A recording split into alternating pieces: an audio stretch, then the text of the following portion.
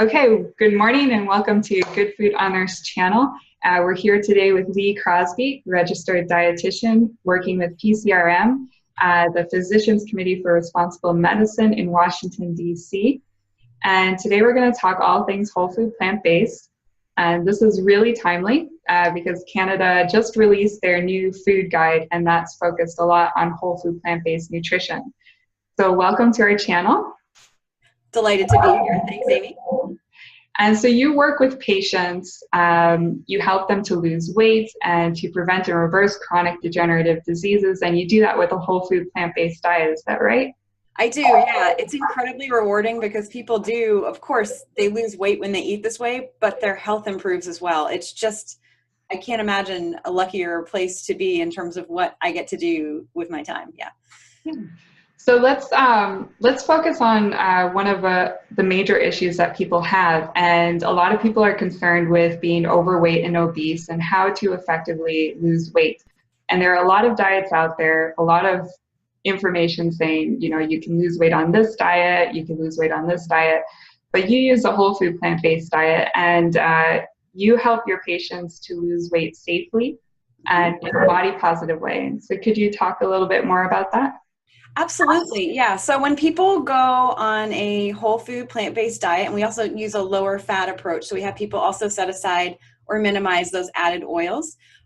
It's wonderful because people can eat as much as they want. So a lot of diets, people aren't eating enough, they're getting cranky, they're actively trying to eat these tiny portions, and our bodies just aren't, we're just not wired that way. We're wired to eat until we're full. And so the great thing about a plant-based diet is that it's the kinds of foods that we're best adapted for. So when you eat them and you get full, that's great. Your body will on its own come down to a healthy weight. So it's almost like weight loss is just a side effect of eating these nourishing foods and supporting your body.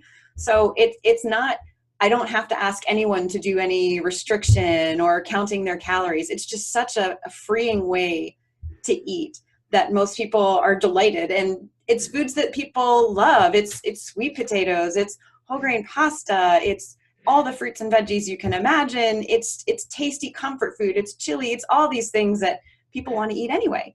So I basically get to tell people to eat delightful, delicious foods, and then they lose weight while other great things happen. So their blood pressure will typically come down. If they have high cholesterol, when they move those animal products and added oils off the plate, that will come down too. Their blood sugar tends to improve. So it's one of those, it's a win-win situation. People are losing weight, and unlike some of these other sort of faddish diets, the only side effects to a whole food plant-based diet are positive. They're improved health. So it almost makes my job too easy. So, like some foods that people are kind of afraid of and worried of, like pasta and, you know, potatoes. So there's one of the fad diets now is the keto diet. And I wonder, I know you did a presentation on this recently, and if you could talk a little bit about, you know, is this a healthy diet? Is it a safe way to lose weight, and will it work in the long term? Yeah, so keto diets, I mean, spoiler alert, I find them very troubling because they are a very risky way to try and lose weight. So what a keto diet actually is, people will drastically reduce their carbohydrate intake and increase their fat intake. Mm-hmm. Oftentimes they're also increasing their protein intake, but the primary gist of the diet is very low carb, very high fat. And what that does is trigger something called ketosis. And that's basically when the body produces these little things called ketone bodies. And those are the alternate fuel source. So this is basically the body's emergency backup system, because your body really wants to run on glucose, or that comes from carbohydrates. It's blood sugar. Your body wants to run on that. If you take that away, it will start to make these ketone bodies as an alternate fuel. And so when people do sort of remove almost all carbohydrates from their diet, they do lose weight. But the key is they're not losing any more weight than they would on some other kind of diet that restricted calories to the same place, because it's not fun to eat, you know, just sort of butter and oils and meats, you know, wash, rinse, repeat. Like that's not that's not a very thrilling way to eat. So most people will cut their calories down dramatically. The interesting thing is that when people start these diets, they'll see rapid weight loss at first, but their actual fat loss when they start this kind of diet, keto diet, slows down. So they've done, there's a really incredible clinical trial where they put people on sort of a balanced diet versus a ketogenic diet and looked not just at their weight loss, but at their fat loss. And the weight loss is about the same, but the fat loss for keto diet actually slows. So it's more of a fluid issue. So, and then eventually it catches back up, but so even in the short term, you're not losing the kind of weight necessarily that you want to lose, but the risks and side effects I find very concerning. So, I mean, it almost sounds like one of those, the drug commercials where side effects may include, and they list them about, 1,000 miles an hour. But I mean, it's side effects may include the actual worsening of insulin resistance. Mm-hmm. So a lot of people will also go on these diets because they have diabetes. Mm-hmm. And they think, oh, I want to lower my blood sugar, right? Right. But so these diets do lower blood sugar because carbohydrate intake is almost eliminated. But the problem is it actually makes the underlying problem worse. And the underlying problem with diabetes is that people's insulin, which normally helps to lower their blood sugar, doesn't work very well. And ketogenic diets can actually make that insulin resistance or that insulin's ability to work worse. They actually did a study and they put young guys, I think they were in their mid to late 20s, and they put them on a ketogenic style diet for 3 days, and they could already start to see insulin resistance building in those gentlemen. And those are young, healthy guys. So really scary way to eat. I mean, the short-term side effects, we're talking nutrient deficiencies, constipation, that's kind of a no-brainer. There's when people transition onto keto diets, they get nausea, they get fatigue, they get headaches. Right, the keto flu kind of. Yes, they call it the keto flu. I'm like, why would you want to sign up for that? Obviously, their blood sugar, the effectiveness of insulin is not as good. It actually impairs their artery function. It raises their bad cholesterol. It impairs athletic performance. And honestly, it's really dangerous for heart health. And if you lose weight, but you have a heart attack and you're not there to enjoy, the weight loss, you haven't gained anything. And then the long-term risks, I mean, these kinds of diets are associated with an increased risk of dying from all causes. That right there, check please. Right. Yeah. That's enough. Increased risk of colon cancer because most people are greatly increasing their red and processed meat intake on these. Higher exposure to pollutants. So you probably are aware that animal fat, so animals store these persistent pollutants in the environment in their fat. And then when people are eating these high fat animal products on a keto diet, they are getting a major dose of those pollutants when they do it. And this one really scares me. Women of reproductive age will often go on these keto diets to try and lose weight. The problem is that if they get pregnant while they are on these diets, their babies have a much higher risk, 30% higher risk of severe neural tube defects. So the problem is that a good portion of women don't know they're pregnant for the first, couple weeks or month.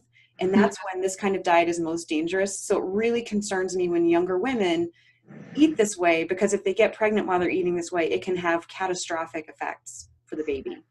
So, there are just a couple reasons that I really, really have concerns about keto diets. Yeah. And I think, a lot of people are afraid of carbohydrates, but carbohydrates in general, that actually means plant foods.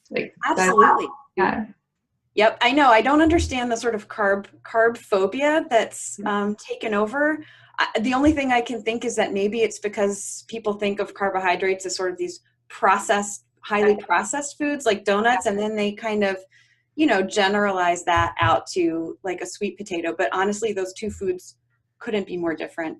Right. So these whole plant carbohydrates, they're loaded up with fiber, and that really helps for weight loss because it actually triggers the stretch receptors in the stomach, so you feel full. So, and again, they also tend to have fewer calories. So animal foods and refined oils are really high in calories, but you just get this little bit of food in your stomach for those calories, so you don't get very full, whereas plant foods are giving you, with the carbohydrate, which again, it's your body's preferred fuel. Let's be clear on that.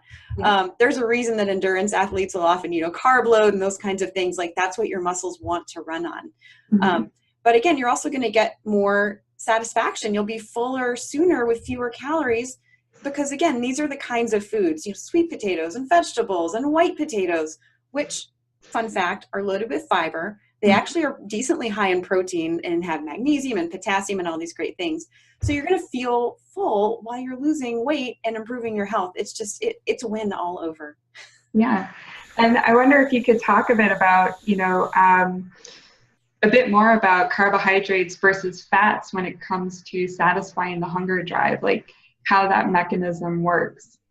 Right. So the biggest piece here well, there are a couple. It's just volume of food and the fiber itself. Because again, it's going to fill the stomach, and we are designed to want to have a full stomach when we're done eating. Like, again, that's how we survived as a species. But when you're doing, in terms of animal products, they tend to be high in fat, and oils are literally pure fat. Now, why does that necessarily matter? Well, carbohydrates only actually have 4 calories per gram of carbohydrate. Fats, 9 calories per gram of fat. So you're getting twice as many calories in that same weight of food if you're eating fats. And one of the ways I like to sort of bring this home, and I use this honestly with every patient who doesn't understand, when I say to them, okay, and we're also going to, minimize those added oils, even olive oil, even, avocado oil, the sort of healthier seeming oils. They're like, well, why would I do that? And it's just an interesting illustration that 2 tablespoons of olive oil, which most of us, at least I wouldn't have before I started eating whole food plant-based, would just, dump that into a pan to saute your vegetables or put it on a salad, like no biggie, right? Right. Yeah. Right. Yeah. So that actually has more calories than 2 quarter-cup scoops of chocolate ice cream. Nobody would think of like scooping ice cream onto their salad, but because fat is literally the most concentrated source of calories on the planet, and oils are straight fat with very few nutrients because all the good stuff has really been stripped away, or almost all of it. It's just a really great reason to go ahead and ease those out of the diet along with the animal products, because it really makes a difference in terms of weight and in terms of health. Mm-hmm. So yeah, that's why carbohydrates are your friend, particularly those complex carbohydrates. The closer they are to the way they grow out of the ground, this isn't probably a surprise to anyone, but the better off you are. And those kinds of carbohydrates, the more the merrier. Right. Yeah. And I guess there's sort of like a clean burning fuel too for the body.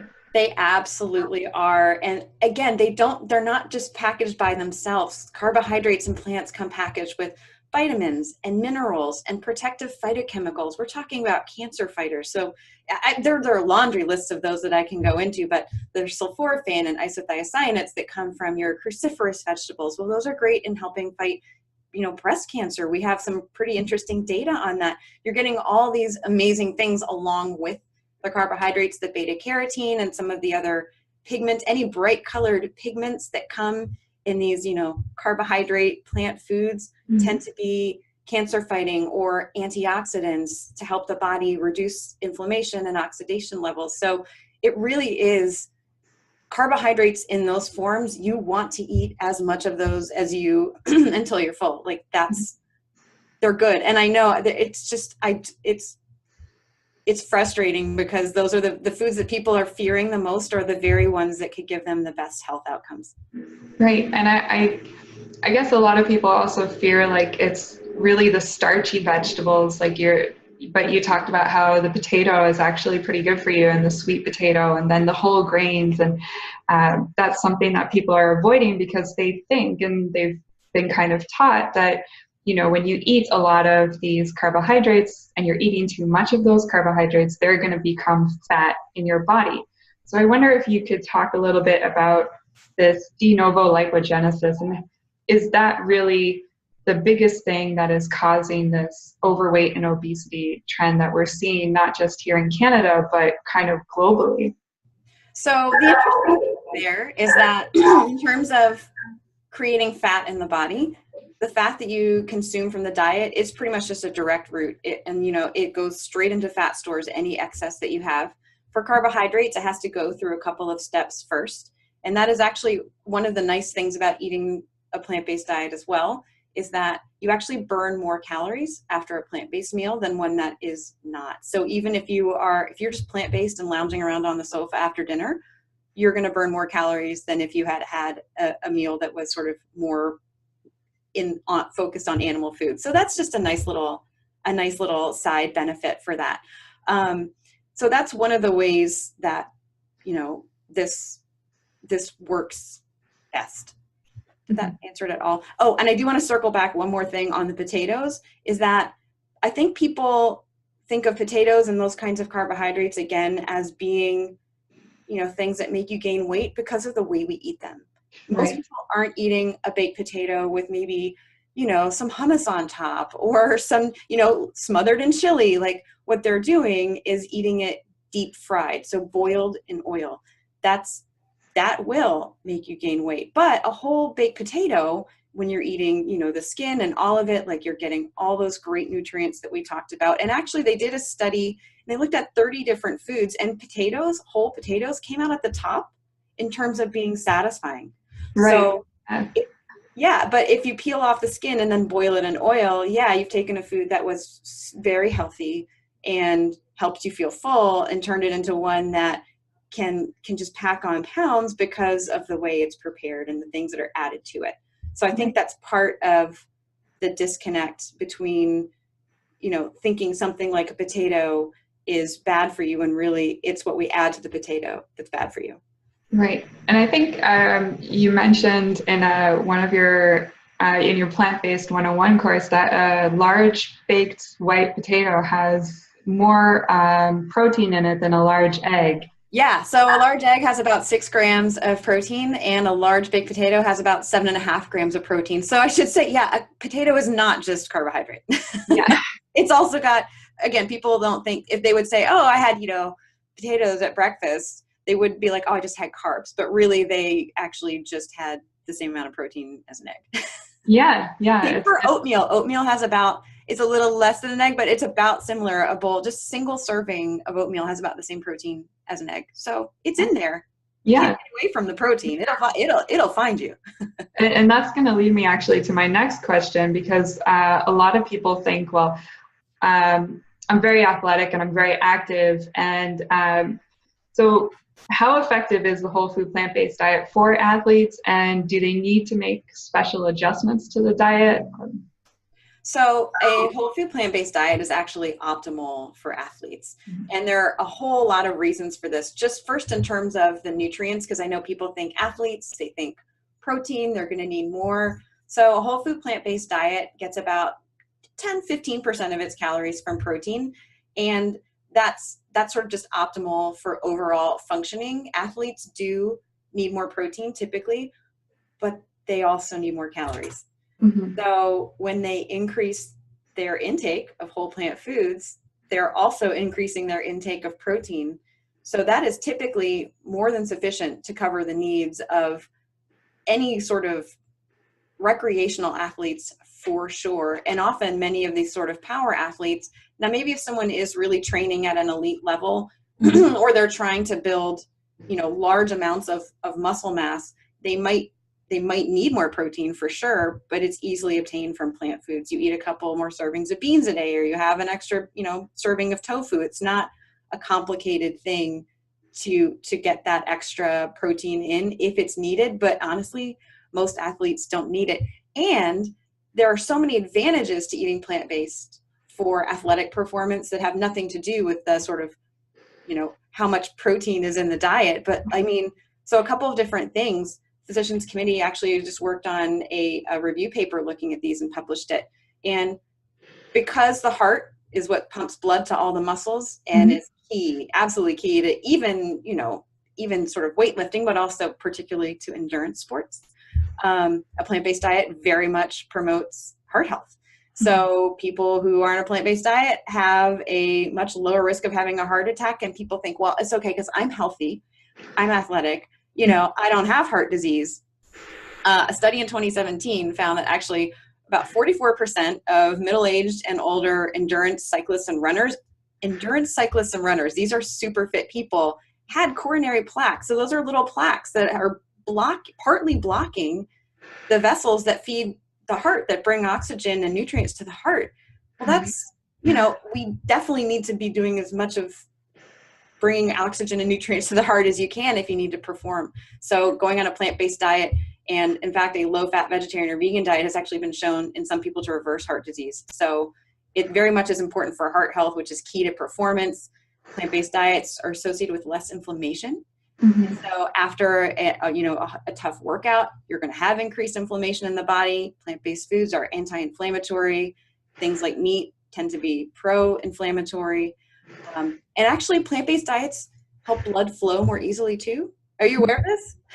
Yeah, I think, yeah, I know about the high-fat meals like causing the sludging and the sticking, but tell us a bit about that. Yeah, so you're absolutely right. A single meal that's high in fat and saturated fat can basically sludge up your blood, just like you said, for hours after you eat it. But there's also an interesting point that research is showing that people who are on these purely plant-based diets, their blood just flows better naturally anyway. And that's compared to people who are even eating meat like once a week.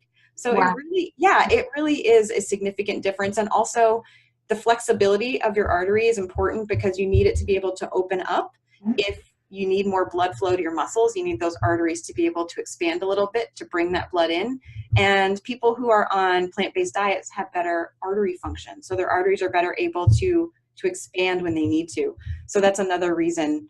There's so many, but those are sort of some of the key reasons that not only is this diet okay for athletes, it's actually optimal for performance.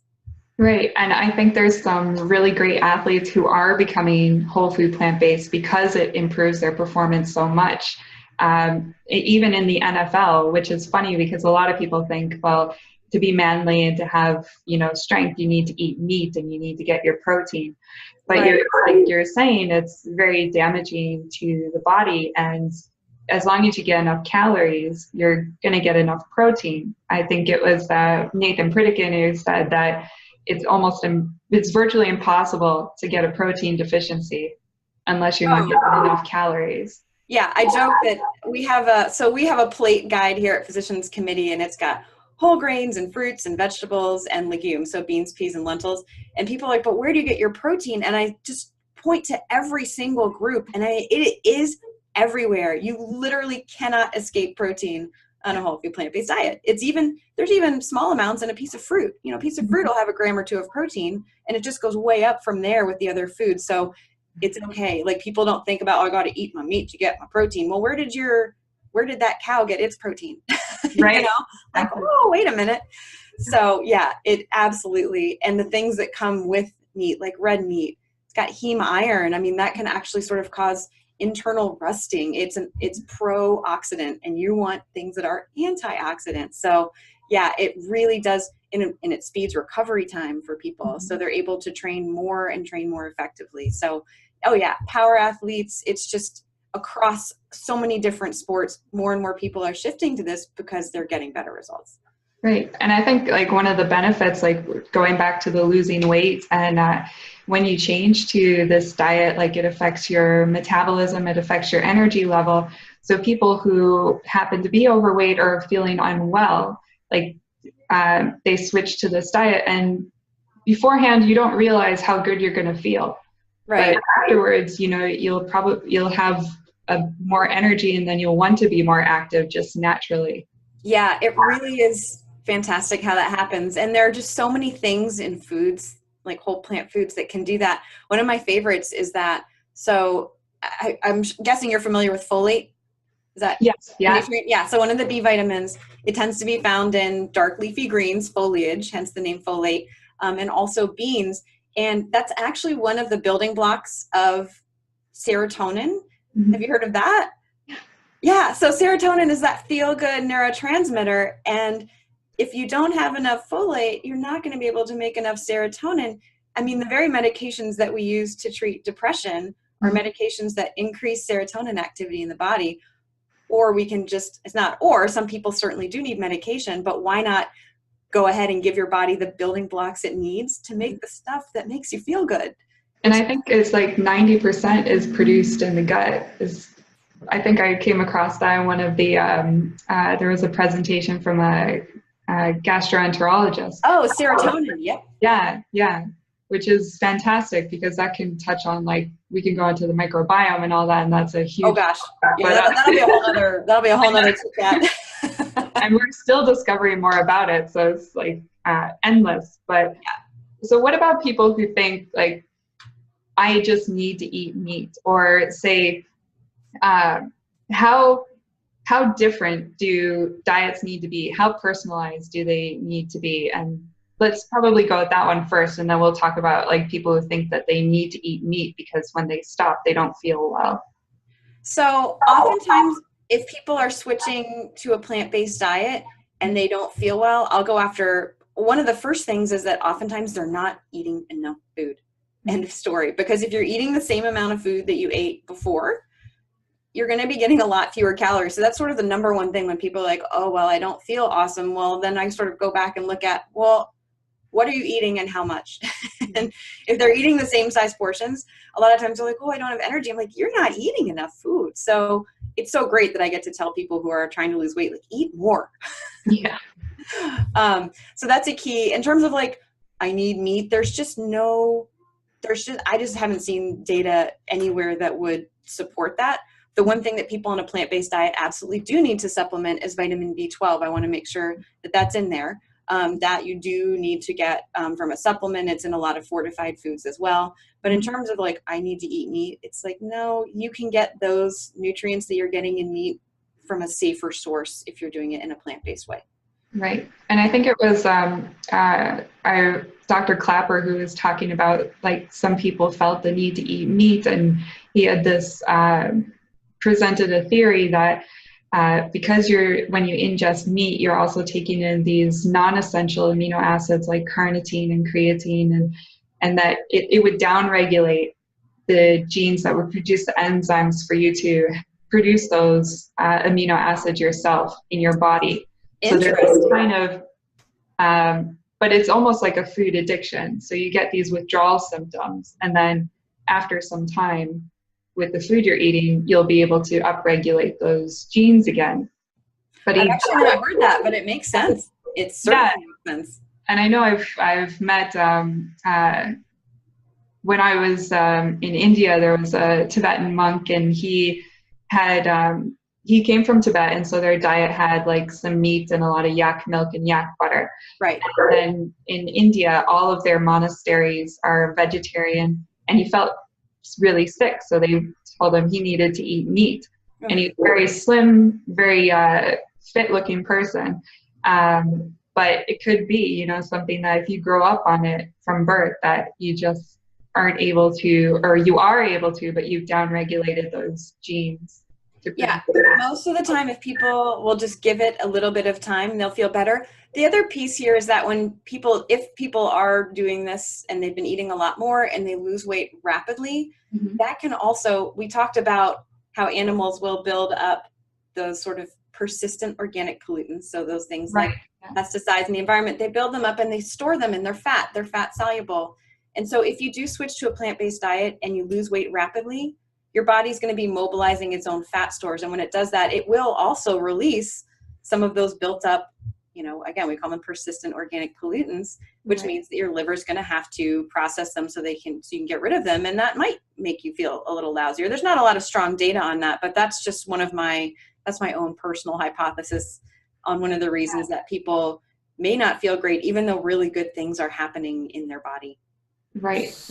Yeah. And I think some of like the whole plant-based foods that have been mentioned that could help with that bind with toxins. So if you're detoxifying, are like the fiber, and then you get like green leafy vegetables seem to be a really great food to have if you're detoxing and a lot of stuff is coming out. But I wanted to say, when you were talking about the chemicals that people are exposed to from animal fats, I believe it was Dr. Michael Greger in his book, How Not to Diet, was saying that 95% of our exposure to chemical pollutants is actually from ingesting animal fat, which is, quite surprising because most people try to avoid things like, even cigarette smoke or asbestos, but then you're eating animal fat and you actually store that in your own fat stores. Yeah, I do have a lot of people who they are afraid to eat conventional produce, but then they also eat meat. And it's like, well, the exposure you would have from conventional produce is so much smaller than what you would get from eating meat products. And there's so many benefits to eating the produce. It's just, yeah, I oftentimes will have to give people reassurance that, well, sure, yeah, organic is great, but it can be really expensive, and conventional produce is still so much safer for you and has so many benefits to it that, especially if you're just going to go eat a piece of meat, like, there's a disconnect for sure that's the way that biology works. And yet there it is. Yeah. And I guess, it's the fruit synergy thing too. Like, even if you have a bit of pesticide on your fruit, it's got all of these protective components, which is really great to have anyways. Absolutely. Yeah. It's never just, we do get very sort of reductionist and want to look at individual pieces, but there is synergy when you're eating. Again, these are the foods that we're sort of best adapted to eat. Like, certainly our bodies are capable of eating meat, obviously, but we're really optimized for these whole plant foods and the things that are in them. And when you don't have them, there are actually issues with that. So people, when they say, oh, you eat plant-based or you're vegan or whatever, like, where do you get your protein? I'm like, well, where are you getting all your fiber and your folate and your vitamin C? I mean, those are the things we actually really need to worry about. The protein takes care of itself. Yeah. And so I'd like to move on to talking about preventing and reversing chronic diseases, which is really amazing. So what can you tell us about the patients that you've worked with, and why is a whole food plant-based diet so effective? Okay, so I first want to mention that it it really is effective, to the point that if someone is watching this and they want to switch to eating this way and they're taking medications that can lower blood sugar or that can lower blood pressure, that they will need to be monitoring those and be in contact with their doctor or whoever the provider is that prescribed those, because the doses of those may need to decrease. And especially for medications that lower blood sugar, eating this way can make your body lower its own blood sugar, which is great, even when you're eating carbohydrate, which is what, again, sort of throws most people off. But because we're fixing the underlying problem, which I'll talk about in a second, the very first thing we do is warn our patients that eating this way can be incredibly effective. So you need to make sure that you are staying on top of monitoring your blood sugar or your blood pressure if those are things you take medication for, and talking to your doctor if those start to get low at all. And just before you go into that, could you tell us what are the signs, if somebody is considering it, what are the signs to look out for low blood pressure and low blood sugar? Okay, so some of them actually overlap a bit. Okay. For low blood sugar, there'll be things like they'll suddenly get sweaty and nauseous and feel lightheaded or dizzy. I mean, they can be a little different for everyone, but sort of the room gets spinny, you feel like you might throw up. That's a time where, if you're on a blood sugar lowering medication, particularly something like insulin, but a number of them can do it, again, there's some resources on this online. There's a rule of 15 that you're going to eat, 15 grams of carbohydrate. That's about, half a cup of fruit juice, or they have these little glucose tablets, and measure your blood sugar, because if it's very low, you would need to call your doctor immediately. But you certainly would also want to treat right away with getting carbohydrates on board. So the kinds of symptoms, again, looking for low blood sugar: dizziness, nausea, sweaty, just feeling like, oh, the world's not right.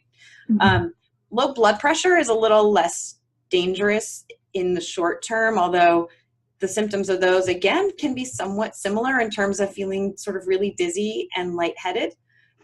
Like, you might also a little bit on the nauseous side. So again, something to just be aware of. If you're on blood pressure lowering meds and you start feeling that way, sit down, take your blood pressure. And if it's low, go ahead and call your doctor, because they may need to adjust those doses down. Okay. Good question though. Yeah, because those are, it can be incredibly effective. In almost, especially when people do this, like all of a sudden 100%, and they just go this way, that's when I really want people to be checking their blood sugar multiple times a day, checking their blood pressure, so that they can catch it before it gets to a place where, like, because if your blood sugar goes too low, that's a very dangerous situation. Yeah. Not that a plant-based diet itself will make your blood sugar too low. It'll get it to a good place. It's if you're also on medications that are pushing it artificially even lower. So what it does for chronic disease. So heart disease, it's our number one killer. Plant-based diets are absolutely optimal for reducing heart disease risk, for lowering cholesterol, for lowering blood pressure. They've done a study, and it's for weight as well. They've looked at Adventists. So they're an interesting population because they tend to be pretty healthy, but they are, as a church, sort of encouraged to minimize or remove animal products from the diet. So there are actually these stair-step relationships between the amount of animal products people eat. So whether they're a meat eater, or they're semi-vegetarian, or they're vegetarian, or they're vegan, and their cholesterol levels stair-steps down. The same kind of thing is seen for their weight. Fun fact. So weight, literally in these graphs, are just wild to look at because it is like a stair-step down. The heaviest people are the ones eating meat. The next slimmest are the people who are semi-vegetarian. Slimmer than that, vegetarian, slimmest of all. And the only group actually that was in the healthy weight category was vegan. So all those things together, and again, weight often tends to go with heart disease risk, but blood pressure, cholesterol, all those things, the bad cholesterol, those all drop on a plant-based diet.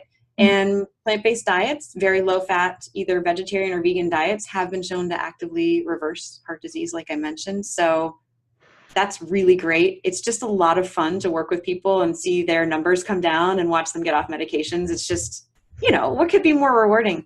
Again, same thing happens for diabetes.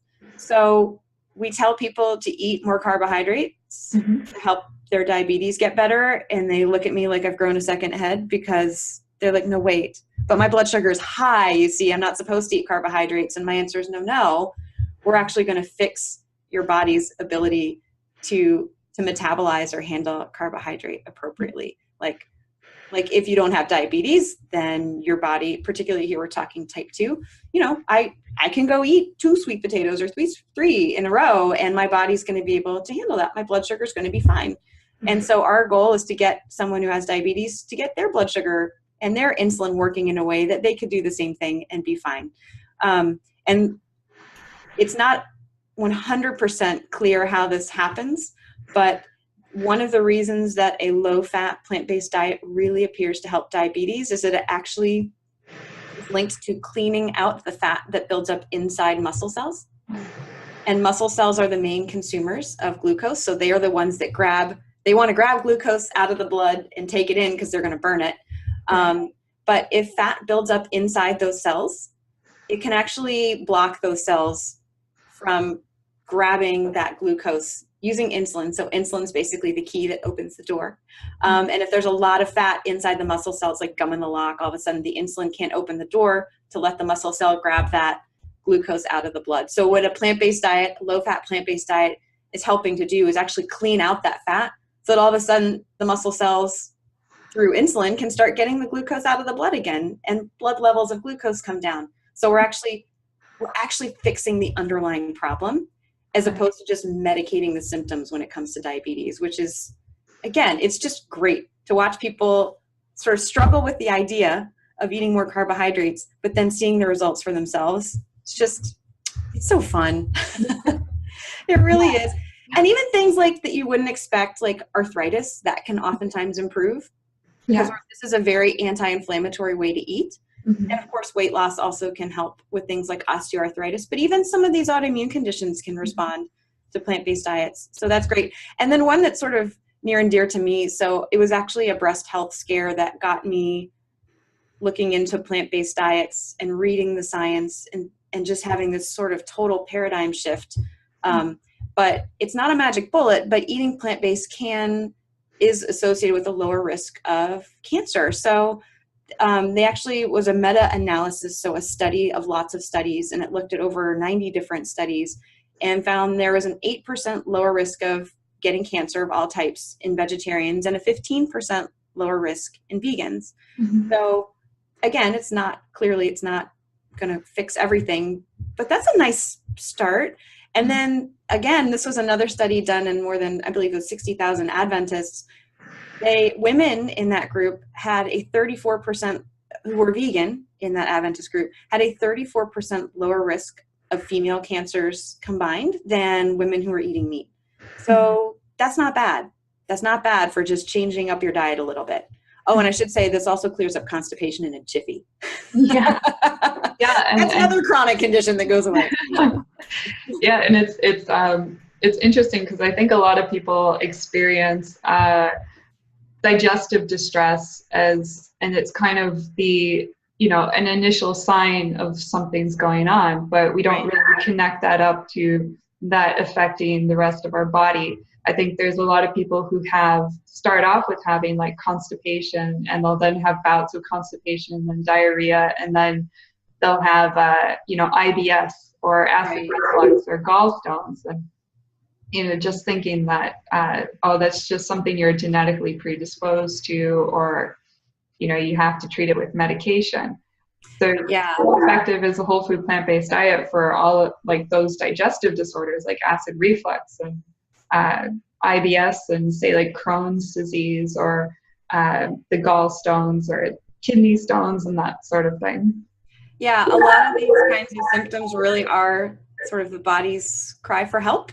And we can ignore them or hit them with medication. And again, medication certainly has a place. I'm not opposed to, appropriate use of medications, but getting at the underlying problem through good nutrition, it's key. And as you know, a lot of things do start in the gut. So making sure that we're putting the right food in makes a big difference. And things like diverticulosis and diverticulitis, especially, it's just so clear that when people start eating these whole plant foods, assuming they're not in an acute flare, those problems, they improve.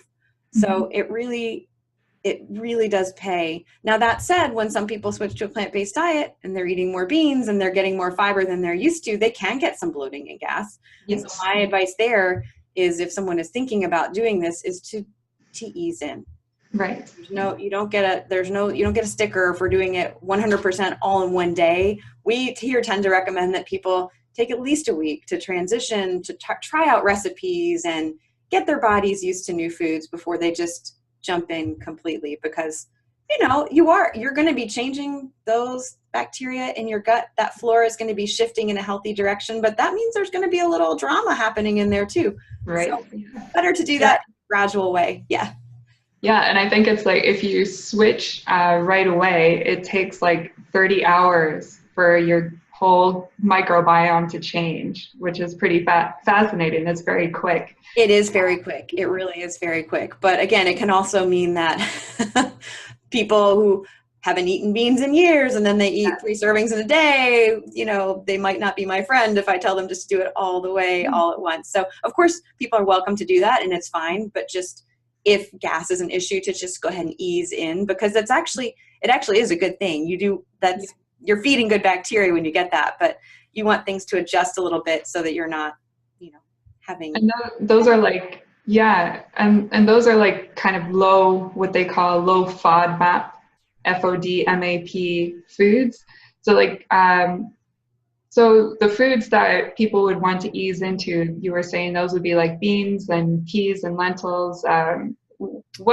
So in terms of like, what they could eat in like that first week to kind of ease into that, would that be more of like focus on like have potatoes and sweet potatoes and whole grains, and then have smaller bits of beans and legumes, and have a lot of non-starchy vegetables and some fruits, or something? That's exactly how I would recommend starting, would be to sort of shift the kinds of carbohydrates people are eating. There are the sort of transition foods that are plant-based, but they've had some of the fiber stripped out, which actually, again, for people who are just sort of making that shift. So things like, a crumble or a plant-based crumble, that would be certainly preferable to ground beef and sort of halfway on the way. Things like tofu tend to be a little gentler, and beans are fine, but I wouldn't do more than say half a cup a day just to start. Right. If you're not used to it. And same with fruit. If you're not used to eating a lot of fruit, I would even ease into that, because fructose, some people don't absorb as well, particularly if they haven't had much fruit at all. So one of those things to ease in. So yeah, the beans, the cabbage family vegetables also can be a trigger. And some of the sort of sweetest fruits, I would ease into those, but those are all healthy foods. So you want to include, but you want to, take those a little slower, and the other ones you can make a shift much more rapidly. Right. Yeah. So let's talk a bit about women's health issues in particular, and you mentioned breast cancer, but what are some other health issues that you help patients with using a whole food plant-based diet? So interestingly, a whole food plant-based diet, also one that's lower in fat again, and this is even some of those healthier fats like nuts and seeds. We usually ask people to limit those to about a handful a day because they do have some good nutrients, but the fat content can cause a little trouble because plant-based diets, low-fat plant-based diets can be really effective for women's health conditions that are linked to excess estrogen in particular. And there are a couple of reasons for that. One, these diets do just, eating this way, I hate to say diet, it's just a life, it's just the way you live, It promotes a healthy weight, and body fat itself actually can produce estrogen. So right there, estrogen levels are going to start coming down to a healthier level. Saturated fat in particular is linked to increased production of estrogen, and fiber in the diet. This is where we're going to come back to what you were talking about, actually is linked to healthier estrogen levels. And that's for a couple of reasons. One, soluble fiber. So that's fiber that gives food sort of like a creamy texture. So there's a lot of it in oatmeal. There's a lot of it in barley. It actually acts like a sponge, and it soaks up excess cholesterol in the gastrointestinal tract. So in the intestines, when our body wants to get rid of extra cholesterol, it puts it into bile and secretes it into the gastrointestinal tract. If soluble fiber is there, it will soak up some of that extra cholesterol. Why am I talking about cholesterol with estrogen? Because they look the same molecularly. They're very similar. And the body will also secrete excess estrogen into the GI tract. And so if you have soluble fiber there, it soaks it up and holds it in place. And then that insoluble fiber acts like a scrub brush and helps keep things nice and regular and moves things along so that it exits the body as opposed to being reabsorbed in the gastrointestinal tract. So some of those things, breast pain, it can help with breast pain. Another big one that we have pretty good data on is cramps. So like menstrual cramps. We did they actually did a study here, low-fat vegan diet, and it was associated with significant decrease in the intensity of pain and how long it lasted. So I definitely, have myself had some past history with that and know people who are just, they're just laid up at home with cramps on the first day of their cycle. This kind of diet can be incredibly helpful for that as well. Another one that I think a lot of women, an increasing number of women, are suffering from is PCOS, or polycystic ovary syndrome. It's tied in with insulin resistance and actually an overproduction of androgens, or male hormones. And about half of these women who suffer from this are obese. And so a whole food plant-based diet does a couple of things. It improves insulin resistance. We talked about that. So it helps the body's insulin work better. And it promotes weight loss. And in this condition, even losing just 5 or 10% of body weight can help people regain a normal menstrual cycle, which often is a key sign of PCOS. So it helps with that as well. And healthy body weight's also linked to improved fertility. So these are a lot of things that women are struggling with that get better. And this is anecdotal from the clinic. Some people have had improvements in sort of these menopausal symptoms, so hot flashes, but I don't know of any actual studies on that. Those are just things that people have told me. So I can't back that one up, but I've heard it. Yes. And I think some of the other things that are of concern to women are like endometriosis and like a prolapsed uterus, or and like you were saying, fertility and having a healthy pregnancy. And how does a whole food plant-based diet tie into those?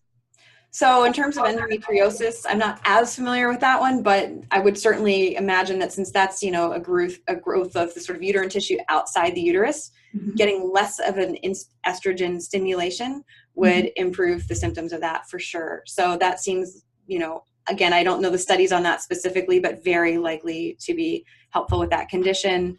In terms, again, like we mentioned, for fertility, that's going to be a useful thing. There's one other piece. What was the other piece?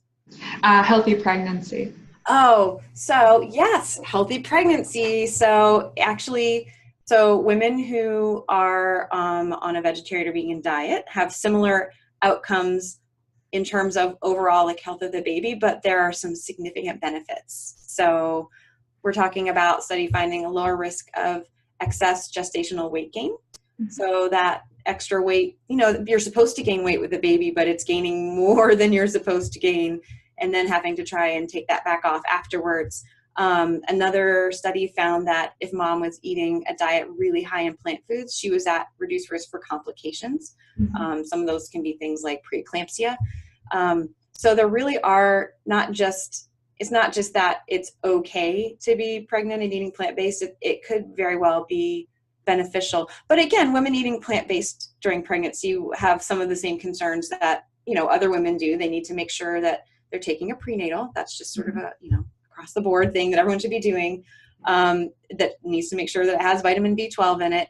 The one piece that women who are looking at pregnancy in particular need to look at if you're on a purely plant-based, vegan diet, would be to make sure that they have a regular source of iodine in their diet. So that's just it. It's in most people's diets right now. It used to come from iodized salt. That's what our grandmas used. Everyone had the little, the Morton girl. I don't know, maybe it's different brands in Canada, but they had iodized salt, and that was just what everyone did. And then it is no longer cool or hip to use iodized salt. We like Himalayan sea salt or, fancy sea salts that don't have that iodine added. The other place most people are getting it in their diet right now is, well, they're not getting it from there. They're actually getting it from dairy products. Right. But not because it's inherently in dairy products. So there are two places. They'll either add it to the animal's feed, but more commonly it's found in the disinfectant that they use to clean the cow's udders, and then trace amounts of it get into milk, and we only need trace amounts. So for women who are of reproductive age, I just recommend to switch to iodized salt. They're also going to have iodine in their prenatal, or to eat a little bit, and just for general, for anyone to eat sea vegetables once or twice a week, but not too much because those can be really high in iodine. So just a word about that. But on the whole, it's an incredibly healthy way to eat during pregnancy. And I think the other thing that I mentioned was a prolapsed uterus, and I know they advertise like doing Kegels and strengthening your abdomen muscles, but there is a link to constipation, I think, for having conditions like prolapsed uterus and bladder and rectum. Really? Okay, so that I was not aware of, but it makes perfect sense that would be connected. So yeah, and again, for constipation, I mean, eating a diet that's rich in fiber and high in volume, and the other thing that plant foods have a lot of is water. And so sometimes people, they get constipated, they'll take a fiber supplement, they won't drink any extra water, and that can actually make matters worse. Right. Yeah. Yeah. So getting it in that whole plant food keeps things nice and soft and movable. So yeah, that makes perfect sense that would be linked to prolapsed uterus if people are straining a lot. And if you're on a plant-based diet, that's not a thing you're likely to have to worry about. Right. Yeah. And so we were talking about pregnancy, and that leads me to my next question, which is a whole food plant-based diet suitable for all stages of life? Absolutely. It absolutely is, with the exception, of course, of early infancy, when ideally for 6 months would be exclusive breastfeeding, or if for some reason mom can't breastfeed, then using, a formula instead. But yeah, having mom on a plant-based diet is fantastic for baby because they're getting all these great nutrients, and mom tends to be feeling better and doing better. So the only key there is to add a DHA EPA supplement, 300 milligrams per day. And again, to continue taking the prenatal, but the kinds of nutrients that mom will be getting on a whole food plant-based diet, they just knock out of the park what, someone eating a standard diet would be getting. For kids, feeding them a plant-based diet, it is a gift. It is a gift. It is setting them up just in the short term. It's, giving them a stronger immune system, but in the long run, and also lower risk of some allergies. So dairy is a really common allergen, and it's actually a little grim. So in infants 12 months and younger, whole milk, any dairy product that's not processed into a formula, can actually trigger microscopic bleeding in the intestine. So it's one of the reasons that, for instance, the American Academy of Pediatrics recommends that no, non-formula milk products be given to infants under 12 months. So people think, oh, milk is good for kids. I'm like, oh, is it? But again, you start kids on this kind of diet, you're already lowering their risk for heart disease. Some of these things like red meat during the teenage years is actually, high intake of that is linked to an increased risk of breast cancer in adulthood.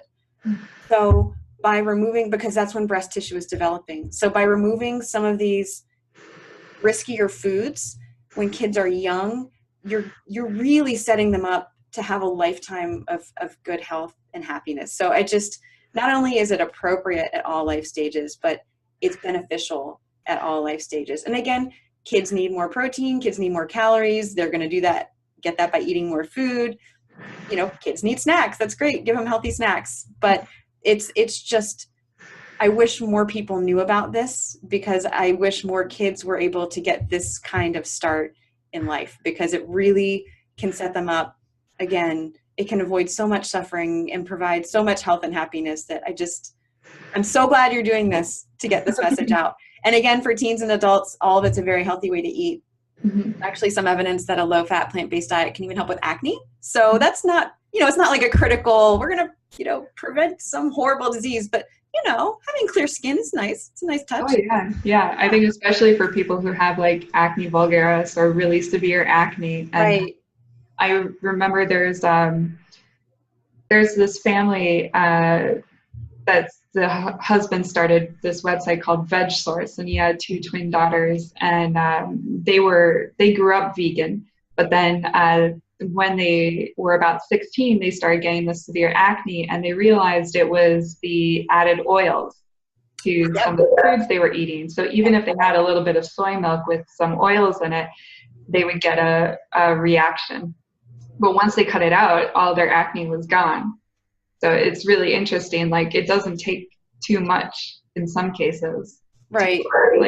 To show, oh, this is something coming. Like, I know my partner, in terms of animal foods, if he has anything with a trace amount of dairy in it, he gets severe acne in his nose and the inside. So he's a detector.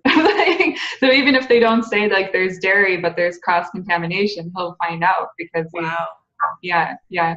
But yeah, so and what about for senior citizens? So when you get up to that age group, and a lot of times for women, it's recommended that they have milk to prevent osteoporosis, to take, the vitamin D supplements, and just things people are told fish is healthy, for heart health and that sort of thing. And what can you say about those issues? So this is a great way to eat for people who are in their older years. Eating plant-based, there's so many issues to start. I think of people talking about fish being healthy, and I want to say, well, fish is maybe less of an issue than other animal foods, but that doesn't make it the right or best choice. Something can be less bad and still not be great. Mm-hmm. So in terms of nutrition and aging, a plant-based diet actually can help protect against some of these diseases that, again, we normally associate with aging. Oh, well, everyone their blood pressure goes up, or they start having mini strokes, or, they are having really severe arthritis.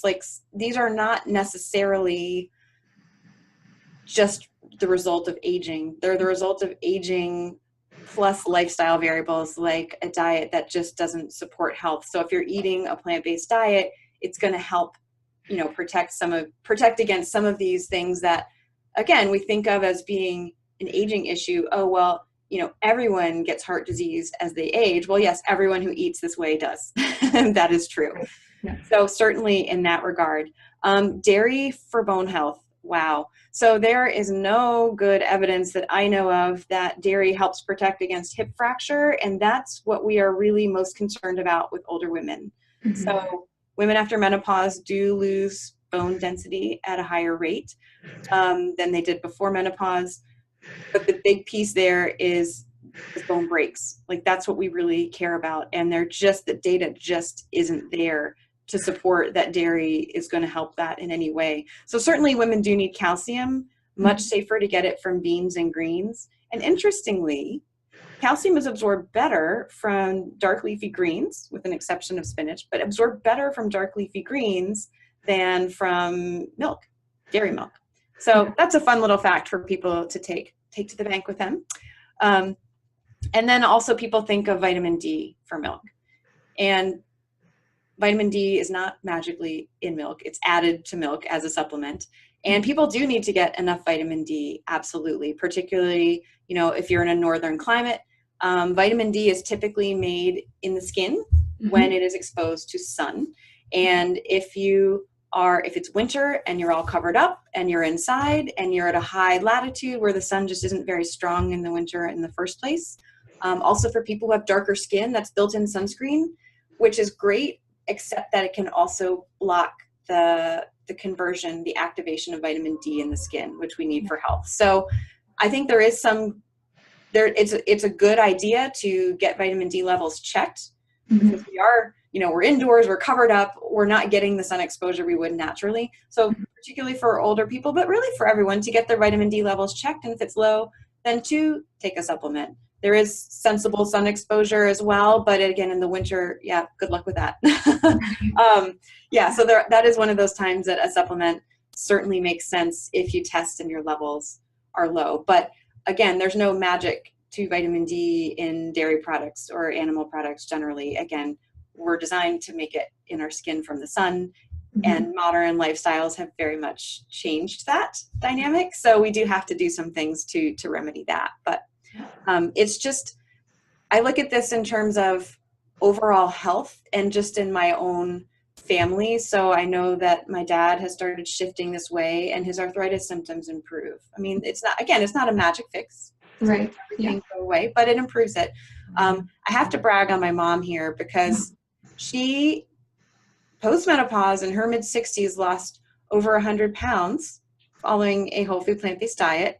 And she's doing much better now. She's so much more mobile. She, can get down and play with the grandkids and jump up and run around. And it just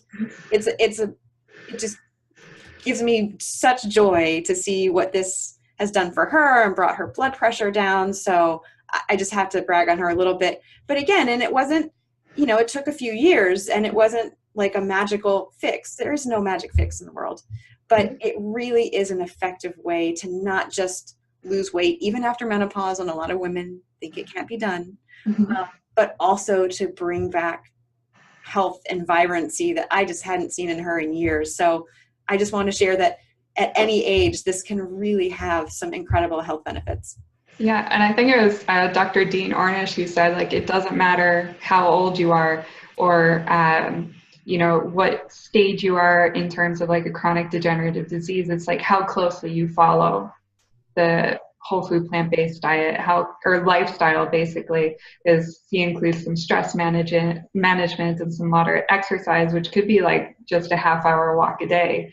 But I think one of the things people are looking for, because they are looking for a quick fix, but like these conditions, they take years to develop. Like, I think that we see them, it's more prevalent now, like here in Newfoundland. We have one of the worst rates of childhood obesity in all of Canada. And there's a lot of children who have, food allergies and asthma and just a lot of things that are really kind of these biomarkers of these chronic degenerative diseases, and children getting type 2 diabetes when it used to be adult onset diabetes. Right. So it'll take, like, it's like you were saying, I think, people are going to get, like within 7 days, they'll start to feel the difference when they choose food. But if you have been eating a certain way for a long time, you will need to give yourself a bit of time for all of your symptoms to kind of feel an ease, or, maybe not go away completely, but give it some time to get better. Yeah. And the incredible thing is that we can take conditions that people may have had even for decades and start to reverse them. Maybe it can be fully reversed and maybe we can only just get it better. But that's amazing that the body is so resilient that if you just put in the right fuel and give it, also, of course, exercise and stress management, if you just give it what it needs, it will respond and heal. It's just the most, I keep saying rewarding, but it's, for myself, working with my own, because, everyone's got health issues, working with my own issues, working with patients. It's just incredible to see what these whole plant foods can do, even with things that have been set up since childhood, like you said. Yeah. And so my last question for you is, what are the basic guidelines of a whole food plant-based diet? and what are some key things to do to make it successful? Okay, so we talked about, for most people, having a transition week. I think that is a real key, because not only are you undoing a lifetime necessarily of health problems, but also of eating in a certain way. And that takes some time. You're going to experiment with the things that work for you.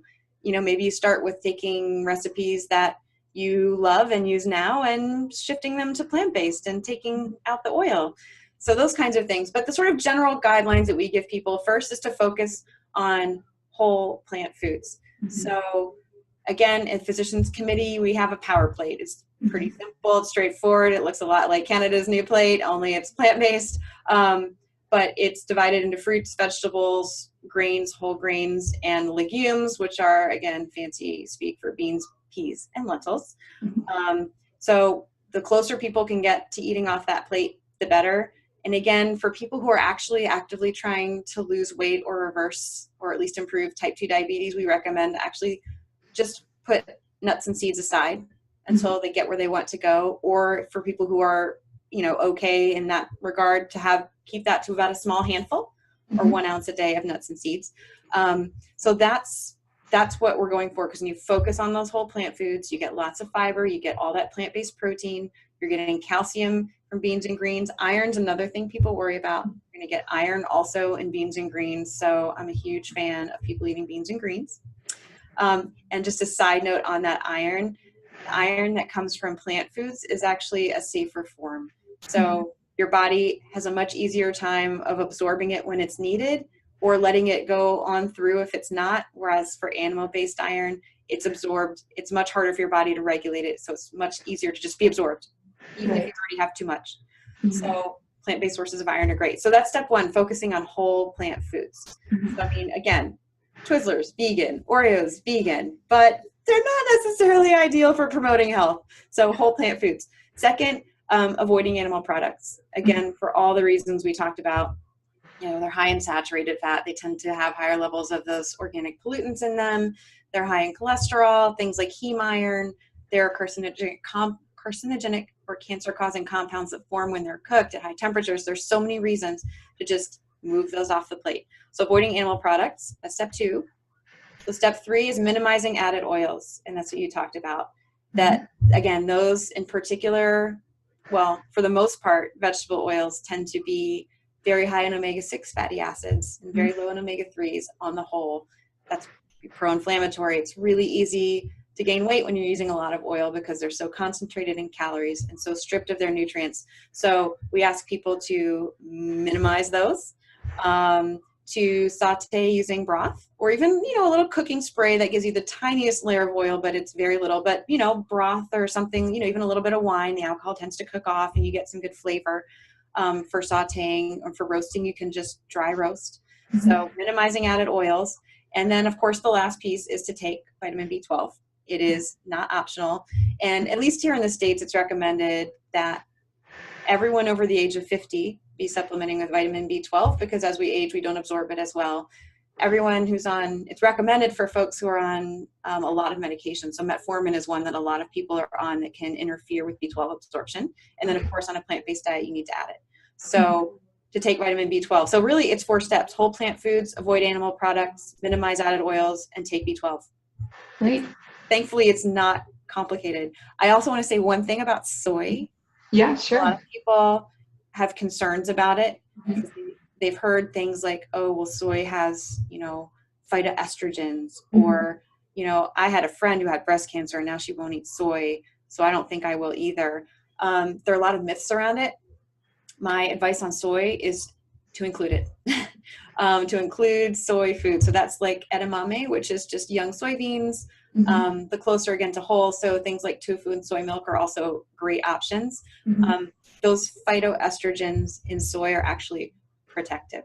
Yeah. So they are associated with a lower risk of getting breast cancer, also prostate cancer, fun fact, and a lower risk if you are a survivor of breast cancer of getting a recurrence, also associated with lower cholesterol, less inflammation. So include soy in there. And then a last tip, again, is to actually eat enough. Make sure you're eating until you're full. This is the beauty of this way of eating. You never have to be cranky or hungry. Even if you're trying to lose weight, just eat till you're full. Yeah. And so one of the concerns people have here, and like with the new Canada Food Guide, there's this emphasis on fruits and vegetables, and I think people automatically associate that with lettuce and grapes and things that are imported from south of the border and that are much more expensive in the supermarket. So could you talk to us about like how expensive is it to be whole food plant-based, and is it really going to break our budget, and is it not affordable for people on a low income? No, it's actually, I think this is probably the most affordable way to eat, because animal products tend to be really expensive. So, you know, if with a few sort of basic steps, it can be really cheap to eat plant-based. I mentioned this because as part of so I'm a registered dietitian. As part of my training, we were asked to eat on, let me see, the budget was $4 a day. I ended up doing it for $3.80 a day, eating 5 to 9 servings of fruits and vegetables, meaning exceeding all my protein needs, meeting my calorie needs, all these things. And what I was focusing on were these whole plant foods that are incredibly nutritious, but also really inexpensive. So things like beans and whole grains, and it's canned or dry beans. Both of those are really inexpensive. And whole grains, oatmeal with, you know, again, we're trying to keep nuts to a small amount, but a little bit of peanut butter goes a long way. You know, canned tomatoes, things that you can make really great stews and chilies with. In terms of actual produce itself, to sticking to some of the less expensive produce items. So things like bananas, apples can be relatively inexpensive depending on the season. Frozen fruit, you can buy it in bulk. If you have freezer capability, again, it actually retains more nutrients oftentimes than the fresh fruit that is shipped in. I'm trying to think of what else. Cabbage, a lot of the cabbage family vegetables are very cheap, but cabbage itself is unbelievably cheap when you look at how much you get out of a single head of cabbage. So lots of that. Romaine lettuce, we had a little recall on that here recently, but it's all good now. So that's another one that's pretty inexpensive. And people poo-poo iceberg lettuce, but honestly, it's actually as things go, it's not the most nutritious lettuce, but it's way more nutritious than so many other foods, and it's pretty cheap. So that's another one that is nice to add in for texture and crunch and variety. So really, you can eat, honestly, I've never eaten for cheaper than when I was eating a healthy plant-based diet. It was, and again, with a supplement of B12, also very cheap. It was in a very pleasant way to eat. I had classmates who were hungry and cranky and not feeling great, and I was doing fine. Right. Yeah, and I think one of the things here, like, so in Newfoundland, we get more than 80% of our food is imported, and Newfoundland's an island, so there's always this concern when there's poor weather, like there's ice, if the ships aren't going to come in and deliveries and that sort of thing. But we do have a lot of potatoes, and we've got cabbage and kales and all the cruciferous vegetables and carrots and beets, and so all of those things, and plus the dried foods, they store so well. And so phenomenally healthy. Yeah. Oh, I forgot carrots. Those are another, and sweet potatoes. Potatoes, yes, we did a lot of sweet potatoes and carrots. They're so good for you. Also, the sweet potatoes and carrots associated with lower breast cancer risk. I mean, and again, that's why I could go on, but it's not just about weight loss or eating for cheap or, you know, reducing risk of certain diseases. Like it works. And again, this is one of the reasons that I really, once I read all the science on this, it's good for pretty much all the things. And that was what really just sort of solidified it for me, that this was the way, as a person with a very skeptical mind and a science background, that this was the way I was going to eat, because it really, all the science pointed in the same direction. And how long have you been plant-based for now? Oh gosh. I started this journey back in 2010. There were some blips and backtracking along the way. But in terms of full-on plant-based, I would say 2.5, 3 years, and like 98% for another, gosh, it's 2019, 5 years beyond that. Yeah. So it's just been, and again, it's a journey. So people shouldn't, you know, if you're not 100% on day one, like, that's okay. The more of these foods, the closer you get in that direction, the better off you're going to be. So yeah, vegan's great, optimal, love it, especially whole food, plant-based. But moving in that direction, every step you take is very likely to give you health benefits. Cool. And you've got a blog, I believe. Do you still have it? I Veggie do. Quest? Yes. Yeah. It's called Veggie Quest. It's veggie-quest.com. I don't update it as much as I'd like, but lots of great recipes and fun tips and just some inspiration for again, this is, I should also say, I've never eaten more delicious food in my entire life. Yeah. Have you had this experience? Oh, absolutely. Yeah. Yeah, you're trying all these new things and it's so colorful and delightful. It really is. It's a fun way to eat too. Mm-hmm. Yeah, I actually saw somebody posted today on social media. There's this great picture of a bunch of lettuce, and this was like what I thought it was to go vegan before I went vegan. Right. And then there's this picture of like a veggie burger and a whole grain bun and some other side vegetables, and that's what it's like to eat vegan. Like I've never had so much variety. So true. Yeah, it is incredible. And I think one of the things too that's amazing is that our taste buds adjust to what we're eating. So when people initially think, oh, this doesn't taste very good, it's actually because your taste buds have adapted to high salt, high fat, high sugar. Yep. And when you get rid of those and you try it, like do it for 2 weeks and then try to eat those foods again, you'll realize how much you can taste the salt and the fat and the sugar. Oh yeah. How good the whole foods taste. Yeah. So, and how those processed foods just don't taste good anymore. They're overpowering and just, it's not right. It just doesn't taste right after you've gotten away from them for a little while. Absolutely. Yep.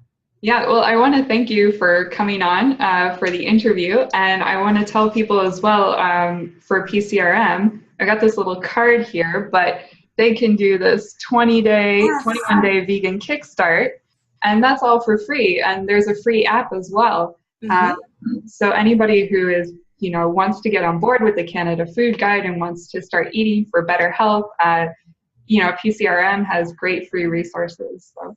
And we have lots of stuff. So that app is a bunch of fun, great recipes and inspirational videos and how to do this stuff. Well, how do I cook without oil? We've got you covered. And then if you go on the PCRM.org website, all kinds of information by different health conditions. So whatever someone is struggling with, there's likely to be some information there for them. Yeah, it's incredible. And I want to thank you for the work that you're doing, because it's wonderful to be able to speak to a registered dietitian and to get the facts on a whole food plant-based diet and talk about how nutritionally complete that is. Well, thank you. And thank you so much for having me on. This has been a pleasure. And I really encourage people to check out PCRM.org and the Kickstart and all the great information that you're posting. Well, thank you. And hopefully we'll see you again sometime. Sounds good.